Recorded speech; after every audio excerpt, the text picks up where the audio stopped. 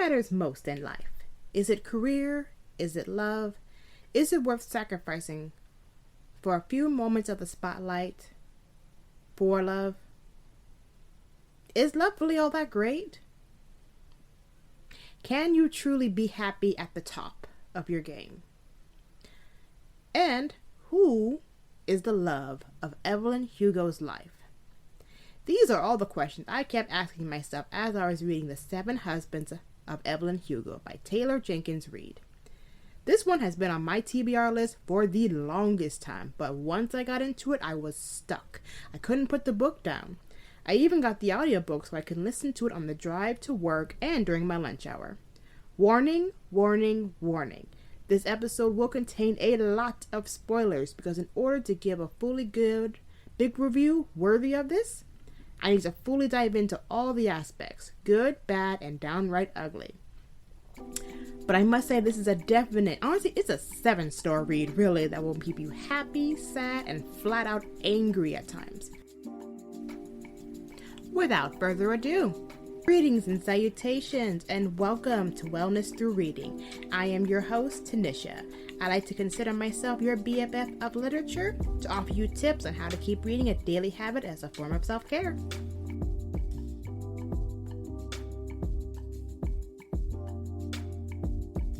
I had an entire podcast episode ready to go, ready to upload it, but once I got started reading this book, I had to postpone the episode to next week because this book was so wonderful, exciting, intriguing, and such a page turner that I had no choice but to share it as soon as possible. The 7 Husbands of Evelyn Hugo is a historical fiction by Taylor Jenkins Reid. It was originally published by Area Books on June 13, 2017. The story follows a young journalist, Monique Grant, who is given the opportunity of a lifetime, getting to do an interview for a cover story of one of the Hollywood's most glamorous superstars, Evelyn Hugo. Why me, is what she initially asked her editor-in-chief, Frankie, one day in her office. Frankie initially didn't think that Monique had the skills to get a cover story for the magazine Vivant, until she showed Monique the email that she received from Evelyn Hugo's PR team. It is either Monique Grant or nobody. While excited to accept the challenge, Monique has been having a rough year and just didn't think she was up to it, and she has been beating herself up about it, so that kind of exposure could be the decisive opportunity that she needed to turn her life around. So she decided to put her insecurities aside and go for it. She is invited to Evelyn Hugo's home for the interview, but it becomes clear from hello that this was much more than Monique signed up for. Evelyn explained that she does not want to do an interview for Vivant magazine, but she wants Monique Grant to write her tell-all book. And by tell-all, she means tell it all. No subject off limits, no question will go unanswered. Once again, she asks, why me? And Hugo answers, all will be revealed in time. The novel is broken up into 7 parts, one for each husband. The first being of her first husband, Ernie Diaz, a very plain man. But this section mainly talks about her time as a youth in Hell's Kitchen. She was born Evelyn Herrera. She discusses how she was incredibly close with her mother, and the two of them had always dreamed of a life being in the movies. Unfortunately, her mother died of pneumonia at age 11, then she was left in the care of her abusive father. That same year her mother died is when she started to develop. Her curvaceous figure that she would become well known for in her movies started to attract a lot of attention from the men in her neighborhood. It was at this young age that she started to learn how to use her sexuality as a tool to get the things she wanted out of life. Evelyn dreamed of a life away from Hell's Kitchen, though, a life of promise and hope, and that she believed that life could be found in California, more specifically Hollywood. So at the age of 14, she heard that a local man named Ernie Diaz was moving out to Hollywood for work. Clad in her favorite green dress, green would eventually become her signature color, she pretends to go visit a friend who happens to live in the same apartment building as Ernie Diaz, and she mindlessly goes and taps on his door, and that's how their relationship got started. Mind you, she is clearly a minor, so her father had to sign papers to allow her to marry Diaz, and once they were, off to California they went. Okay, so she's made it to California. Now what? At one point, she gets dressed up and just hangs out at a local diner in hope that she would find someone that might put her in a movie. The owner, after a while, gets annoyed continuously seeing her daily, so finally puts her to work waitressing tables. It was there she met a young Harry Cameron who signed her to Sunset Studios. Now, it is important to note that the genre of historical fiction, the plot in a historical fiction novel, is a combination of real-life events and fictional ones. So, in this context, Sunset Studios is actually based off of a real Hollywood movie studios company called Sunset Boulevard, which was really popular back in the 1950s. This section takes place in the 50s, where the actors and actresses are assigned to specific studios to star in those specific studio pictures. It is here that she gains the attention of the producer, Harry Cameron, who helps her to get cast in several pictures and suggests she change her name, so that way it's less Latino and more white-centered. Welcome to Hollywood. So she goes from being Evelyn Herrera to Evelyn Hugo. And at this point, she is flirting with Dawn Adler, the world's most famous movie star at this point. And it is also Harry Cameron who tells her to divorce her first husband, Ernie, if she wants to advance in her career. Which she gladly does, because, he was just transportation at this point. Ernie is heartbrokenly crushed, but understands and only wants to see Evelyn happy. So they do divorce, and the studio actually gives him a very big bonus for divorcing Evelyn very quietly and not putting anything on the papers. Ernie will go on to get married to a woman named Betty and have several children of his own. So he does have a happy ending. And honestly, let's be clear, he knew from the get-go that she didn't really love him. He was just using him. So they both got something out of the deal. Part 2, we have Dawn Adler. Of all the husbands, this one was my least favorite. At first, he was charming and handsome, and he came from Hollywood royalty.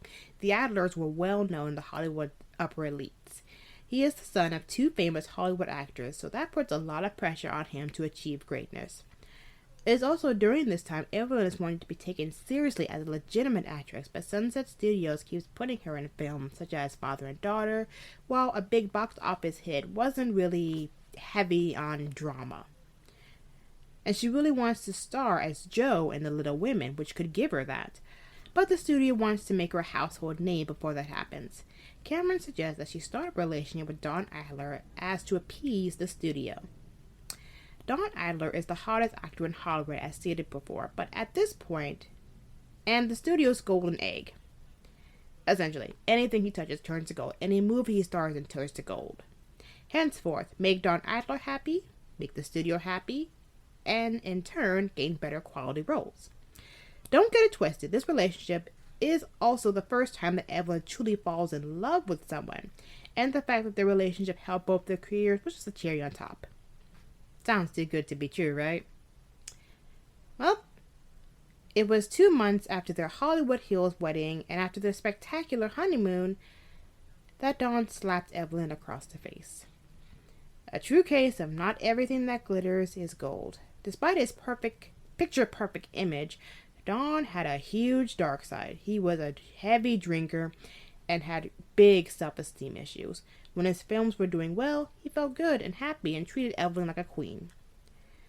When they did bad, he would take out his frustrations on Evelyn. While her personal life was suffering, her career was taking her to new heights. The studio had finally decided to greenlight the production of Little Women. Evelyn will be playing the lead role of Jo, and up-and-coming newcomer Cecilia St. Jones would play Beth. Evelyn was furious when she found out that Cecilia St. James would be playing the pivotal role. Now, even though she'll be the supporting actress, everyone knows that that part is a good one, because Beth is the one that dies in the series. In case you haven't read that book, another good one. But yeah, that's a role any actress would die to play. Dawn had even offered to have her removed from the project, but Evelyn said no, which was very much uncharacteristic of Evelyn. The old Evelyn would have done anything to throw her under the bus in order to get what she wanted. Evelyn even said while she hung out with some of the actresses and talked to them, she would easily throw anybody under the bus in order to get what she wanted. But she didn't do that with Celia. Interesting. From day one of shooting, Celia St. James felt the tension between the two, so she invited Evelyn out for shakes. A weird request, but Evelyn obliged. They went to a discreet place in Hollywood, where a deal was made between the two. Celia heard from fellow actress Ruby Rose that Evelyn tried to get her fired from Little Women, which was true. Evelyn didn't deny it, and Celia St. James didn't hate her for it. She stated that she admired her courageousness to go out into the world and get what she wanted. At this point, I felt like there was some type of tension between these two, because Evelyn is not the kind of woman who opens up to people very easily, not even to Dawn, whom she loved, or Cameron, who was her best friend at this point.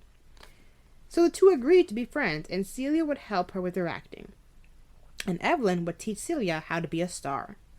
So now we fast forward to the premiere of Little Women. Evelyn went with her husband, Dawn, and Celia went with another actor. After the film, at an after party, everyone was talking about Celia's performance and how she was a shoo-in for Best Actress Supporting at the Oscars. But there was another rumor floating around about her. Ruby Rose caught Evelyn in the coat room and told her that Celia was a lesbian. Now in 2023, no one would care. In fact, Celia would probably be embraced. But in the 1950s, this was scandalous and career sabotage. Evelyn was shocked at this point. Their friendship had evolved to where they were sleeping over at each other's homes, and it never occurred to Evelyn about Celia's sexual orientation. Evelyn found Celia, at the party and asked her flat out, "Is it true?" Before Celia could answer, Evelyn kissed her. Yes, that's right. Evelyn and Hugo kissed Celia St. James, thus to answer the question of who was the love of Evelyn Hugo's life. Well, it was not, while she loved some of her husbands and had great affection for him, but the love of her life was Celia St. James. Ladies and gentlemen, at this point, we're not even halfway through the novel, and this bombshell drops. Up until this point, Evelyn had only ever been attracted to men, so for her to fall in love with a woman was shocking. And let me tell you, I hit the floor when I heard this on the audiobook. I was driving in the car, and I almost got into a car accident. I had to pull over, stop, pause, rewind that, just so I can make sure I heard that correctly. Side note, if you ever want to read this book and you're listening to it via audiobook, make sure you're not driving, because there are so many bombshell moments like this, just to avoid a car accident. Trust me. While that big question is answered, there are still so many questions that come about from that revelation. While there's was Evelyn Hugo then a lesbian? Who else knew about what was going on? How would this affect her relationship with Don Adler? Would she divorce him? How does Harry Cameron fit into all of this? But and also a new big question that comes about after this revelation, if Celia St. James is Evelyn Hugo's love of her life, then why did she, mind you, Don Adler is her second husband. She would go on to marry 5 more men. Why? Before I answer those questions for you, I'd like to take a moment and read a review from a fellow listener of the podcast. I enjoy reading your reviews because I like to know how you are enjoying the episodes, and it gives me ideas on what to talk about for future episodes. This week's review comes from username FHGFLY1, and it states, "Love the concept and this show. Great to hear about reading and the recommendations, plus the ways reading impacts us. Smiley emoji." I thank you so much for that review. And so for listeners on Apple Podcasts, Spotify, YouTube, or wherever you're listening to your podcast, please leave us a review. And especially if you liked what you heard so far. And your review could be the one that I read on next week's episode. Alright, back to the drama. So after they kiss, Celia runs off, leaving Evelyn confused, dazed, and horny.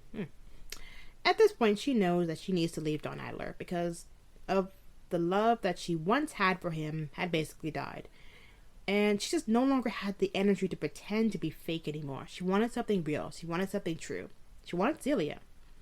She looks for Don at the party and finds him in one of the bedrooms with another woman.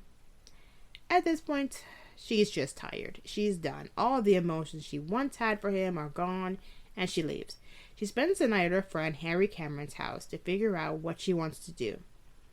She decides that she wants to be with Celia, and she and her start a relationship, of course behind closed doors.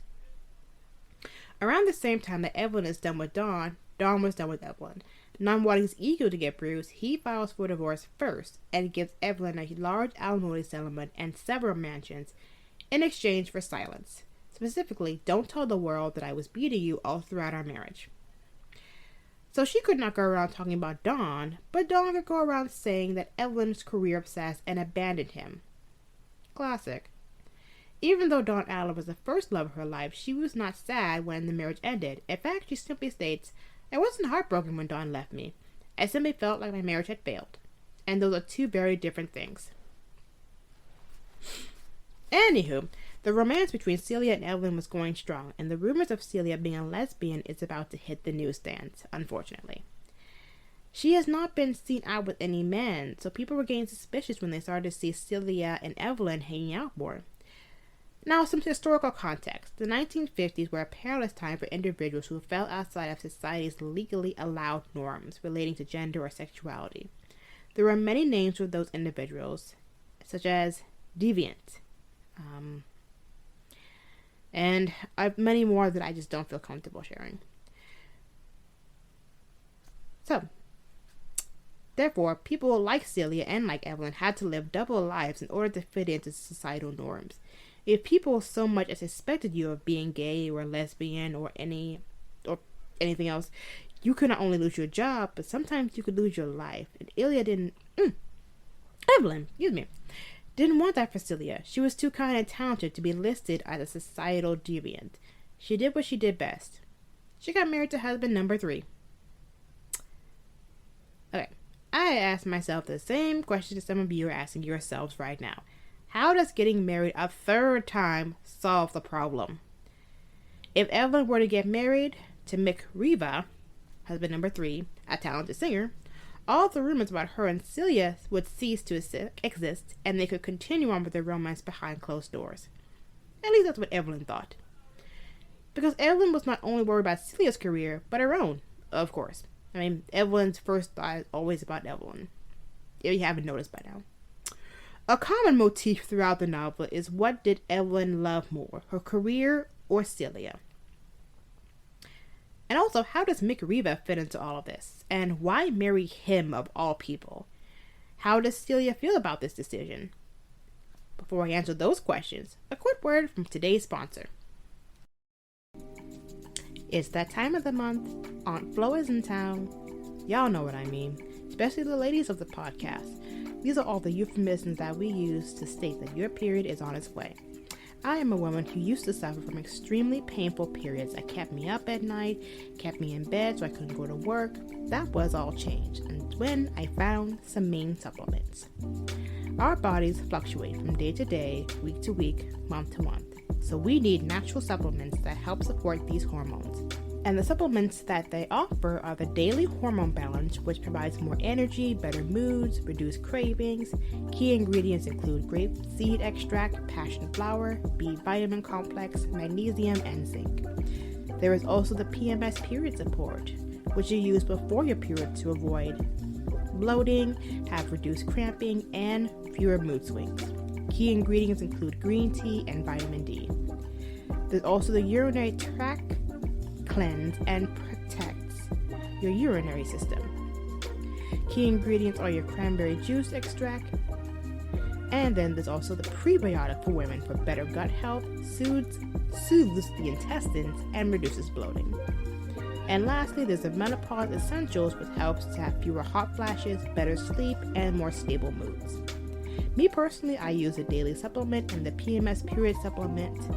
And I must say, for the first time in my life since starting my period at the age of 15, both these supplements have helped reduce my pain ridiculously. I no longer get those stabbing pains anymore. So obviously I use the daily supplement on a daily basis, and then 2 to 3 days before my period is set to start, I use the PMS support to help with those uncomfortable mood swings and cravings that we all get during that time. I owe all of this wonderfulness to Semaine. So for more information about it or to order your first bottle, go to SemaineHealth.com. That is SEMAINE Health, HEALTH.com. Use the promo code Tanisha's Reading Corner, that is spelled TANISHASREADINGCORNER, all one word, no apostrophe, Tanisha's Reading Corner, to get 20% off your first bottle. Periods are normal. The pain should not be. I thank you so much for listening. Now let's get back into the episode.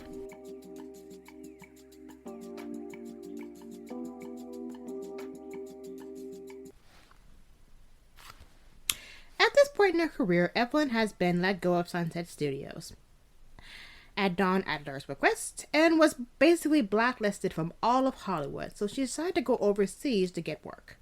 She stars in a raunchy film, Boutoir and Tron, and that film catapulted her back into the spotlight. It was this film that Mick Riva saw and fell in love with her, and would publicly tell anyone who would listen how madly in love he was with her. One evening, Evelyn, Celia, and Harry all attended one of Mick's shows, and at one point, Evelyn reached over and grabbed Celia's hand. However, someone in the audience saw them, and Evelyn became increasingly paranoid that people would be talking, so she comes up with a plan to run off and elope with Mick Riva. Doing so will get people distracted with the elopement that they don't care to publish any nonsense about her and Celia. You sense that this is a kind of reoccurring theme here. If you haven't noticed, Evelyn falls into these fits of just paranoia every time the wind blows. It's a default setting at this point. She is in survival mode and will do whatever it takes to stay on top of the Hollywood food chain. She had almost lost everything after her divorce with Don, and she was not about to let that happen again. Evelyn convinces Rick to run off with her to Las Vegas and elope. And it works, and it was quickly annulled. So, bada bing, bada boom. It's done. People were so enthralled with the marriage and the quick annulment that the rumors of her and Celia St. James dissipated, just as Evelyn anticipated. So how did Celia feel about all this? As that's another common theme. Evelyn just acts out of her own pleasure, and very rarely does she ever consider Celia's feelings about this, which becomes a huge problem in their relationship. Less than happy after an argument with Evelyn, she storms out and they don't speak to each other for 5 years. In enters Rex North, and husband number 4, if you've been keeping count. Rex North was a famous Hollywood actor, like Evelyn, made by the studio system, like Evelyn. Controlling and manipulative, just like Evelyn. So, birds of a feather. He was also her co-star in the new film Anna Karenina, and this was a mere marriage of convenience. She needed her next film to be a big hit, so she sat down with Rex North, her co-star for the film, and the both of them concocted a plan to fall in love, or pretend to fall in love, and marry in order to bring more eyeballs and asses in the seats, as they say.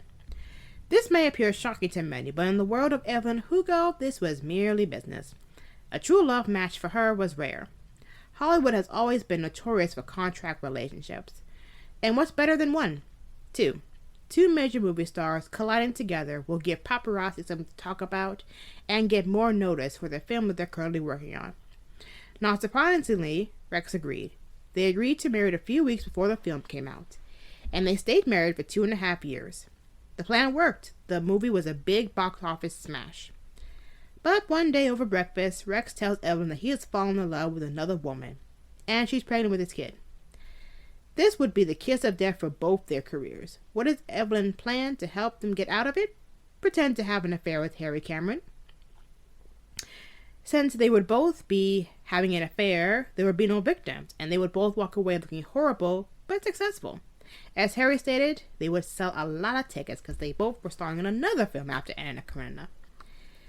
So pictures of Alex and his pregnant lover were spreading like wildfire, so Evelyn came up with a plan to take pictures with Harry Cameron, so both of them are caught, looking guilty. Harry is reluctant at first, but out of the love he has for Evelyn, he agrees. So they drive to a known paparazzi hangout and wait. While they are waiting, Harry asks Evelyn if she would marry him after her divorce from Alex is finalized. Now, this is truly a surprising proposal because Harry Cameron is gay. This is something that Evelyn knew about for years, so to get a proposal from him, she thought he was joking. Especially since his current lover was none other than John Brewerman, a Stark football quarterback and the husband of Celia St. James. That's right. After they broke up, Celia Jane James decided to try and live a normal life and marry John Braverman as a way to keep the paparazzi off. But, Harry knew about both of their relationship and also knew that they just weren't happy. It was merely a marriage of convenience. This is getting messy, y'all, and surprisingly, but not surprisingly, Evelyn agrees to the arrangement to marry Harry Cameron, her gay best friend. Merely because this would bring Celia back into her life. More on that in a minute. But pictures of Evelyn and Hugo with Harry Cameron hit the world stage, while pictures of Alex Northwood joined Nathan at the same time. They were considered lustful sinners, but to Alex and Evelyn, it was a good business deal that worked out in both their favors. She did get nominated for the film, but that she and Alex started and at the awards she ran into Celia St. James, and she confessed to her that she still loved her and wanted her back. They eventually forgave each other just in time for Evelyn to marry Harry Cameron. Alright, we are on husband number 5, Harry Cameron. So picture this, 2 men sleeping together, married to 2 women sleeping together. We were 4 beards. Hollywood, well, not Hollywood anymore, because they all moved to Manhattan and had homes that were mere blocks from each other. So by day, they played the perfect foursome heterosexual couple of friends. But behind closed doors, Harry would live with John and Evelyn with Cecilia. While this arrangement worked for a while, naturally jealousies were to grew. Come on. Especially after Evelyn and Harry decided to have a baby. Yes. Bisexual Evelyn and gay Harry decided to have sex, to have a baby together. What kind of sense does that make, people? They could have just adopted, and at this point, this is roughly mid-80s, so in vitro fertilization could have been another option, but no, they wanted to do it the old-fashioned way. And they wanted their partners to be perfectly okay with this situation. So, Of course, Celia was heartbroken at the idea, but supported Evelyn no matter what, because she loved her. Harry and Evelyn would go on to have Connor Margot Cameron. After giving birth, Harry Cameron would play a major role as manager for Evelyn and found her a great film for her to star in called 3 a.m. It would be the same director of Bon de Pure, Max Gerard. Now, Max Gerard gives very creepy Pepe Le Pew vibes for all you millennials out there who are a Looney Tunes fan. Y'all know what I'm talking about. But the role was a spicy one with a graphic love scene that had never been done before. But there was one catch. Her co-star was none other than her abusive ex-husband, Don Adler. After everything that man had put her through, the abuse, the blackballing, the cheating, the lying, you can just go on and on, she was still willing to help him out. Evelyn states, which, shocking but not shocking. Evelyn, at this point in the book, we're more than halfway through. This kind of stuff is kind of normal for Evelyn. She's really stuck in between 2 different worlds. While she is in love with Celia, and that's her love of her life, she still has feelings for Dawn. They did share something special together. And I think that bothers Celia, not because it was with a man, but because she had loved someone else before her. And she doesn't know how to handle that. Naturally. But Evelyn states that relationships are complex, people are messy, and love can be ugly. I'm inclined to always err on the side of compassion. So Dawn eventually apologized for all the ills of their past. She forgave them, and they moved forward with making the film. Now, I am inclined to believe that the reason she was so willing to forgive him is because she, too, used many people to get what she wanted out of life, and therefore another aspect of Evelyn's character comes through, her surprising compassion for people. And her willingness to admit that she was wrong. That comes later in life, but at least it came. As filming was almost finished, Max Gerard asked Hugo to perform a very dirty, graphic, and sensual love scene that had never been done in cinematic history before. You see, this was the era of major censorship. While we were out of the 50s and we're entering into the 60s, around the 70s now. But it would still be shocking. I mean, Evelyn agreed without hesitation to do it, but her major error in that she did, once again, did not consider Celia's feelings on the matter. So she went ahead and filmed the scene, then went home and told her about it. This was the final straw for Celia. She couldn't take it anymore. She was furious with Evelyn, always putting her career over her and her feelings. So she filed divorce from John, which was basically filing for divorce from Evelyn. The film 3 a.m. was a big hit and gave Don Adler his first Oscar. Evelyn was locked out of all the major categories because of the film's highly sexual nature, which she was blamed for, making it too steamy. Of course, blame the woman for everything. Even though it was men who made the film and a man that she starred with, it was all her fault. Some things never change. But as Evelyn realized, it wasn't worth it. While it liberated many women of the time, it cost Evelyn the love of her life. The price of fame, having it all, but without love of her life to share it with, seemed empty and hollow. A lesson Evelyn had to learn the hard way. And an even harder lesson is when John died in the 1980s of a sudden heart attack, which is weird because he was always the healthiest one of the group. So even though Evelyn was married to his lover, they were still good friends, and Connor referred to him as Uncle John. They were family, so his death hit incredibly hard, especially for Harry, whom that was his lover. He spent many years trying to get over it. Evelyn knew that the only way to get Harry back to his old self was to get him back working. So she looked for her next script. The two of them could work on it until she came across another one of Max Gerard's one called All of Us. Harry loved it and immediately started to work on the project. During this time, Gerard and Hugo started to become increasingly closer and closer and closer while filming. I think you see where this is going.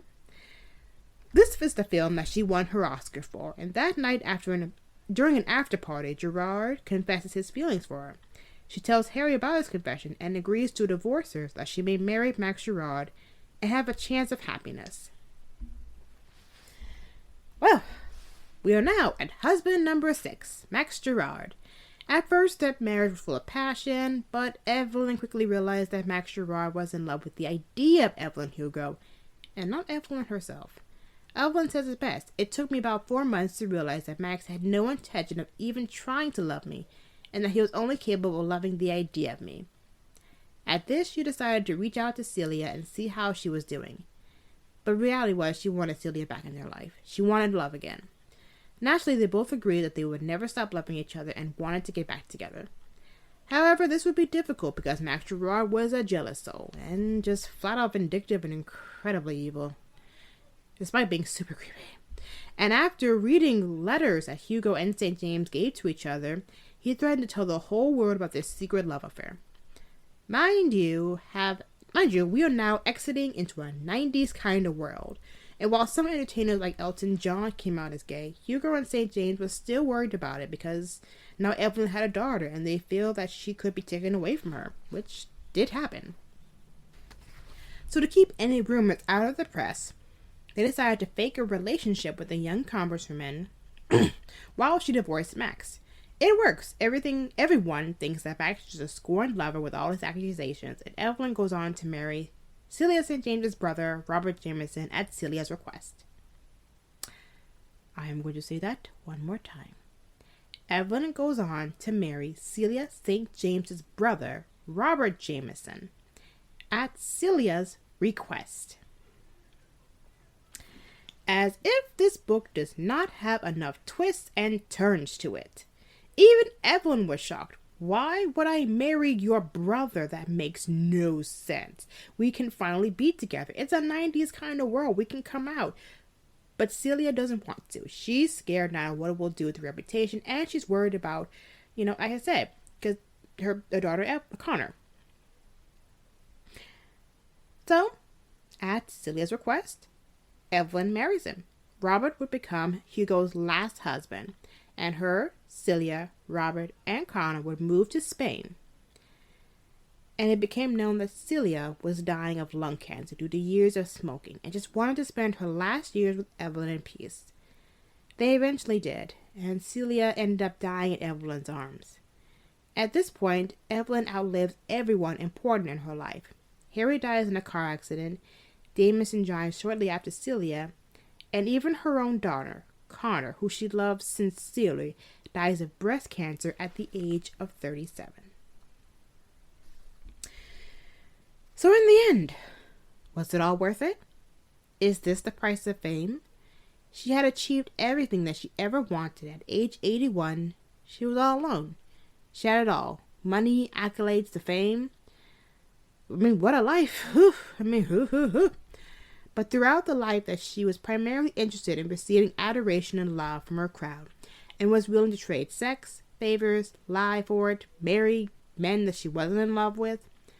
And in the end, it cost her everything. She ended up at the top and alone. This is not just some fun read, but a cautionary tale of what the true price of fame does to a person. That saying goes, success means nothing if you don't have someone special to share it with. And that is definitely in the case of Evelyn and Hugo.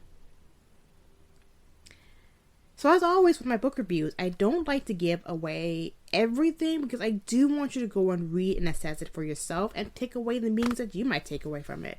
That was just my assessment of it. Yes, but despite all the spoilers that I gave during this episode, I mean, there is still so much more that I haven't even named. Yes, that's how shocking this book is. I'm telling you, it was an amazing read. So, check the description and use the link to order your book via Amazon today. Overall, this was as I said, it's a 7-star read. It was fantastic. The storytelling, it was just compelling. The character arcs. By far, my favorite character actually wasn't Evelyn and Hugo. I mean, she's number 2, but my favorite was Monique Grant. She was the person I mentioned at the very beginning who was the one writing the biography for Evelyn. Because throughout the time that they're talking back and forth about all the husbands and whatnot, she starts to grow as an individual as well, too. She's going through a very harsh divorce. Or, not really divorce. She's in a separation trying to decide if she wants to divorce.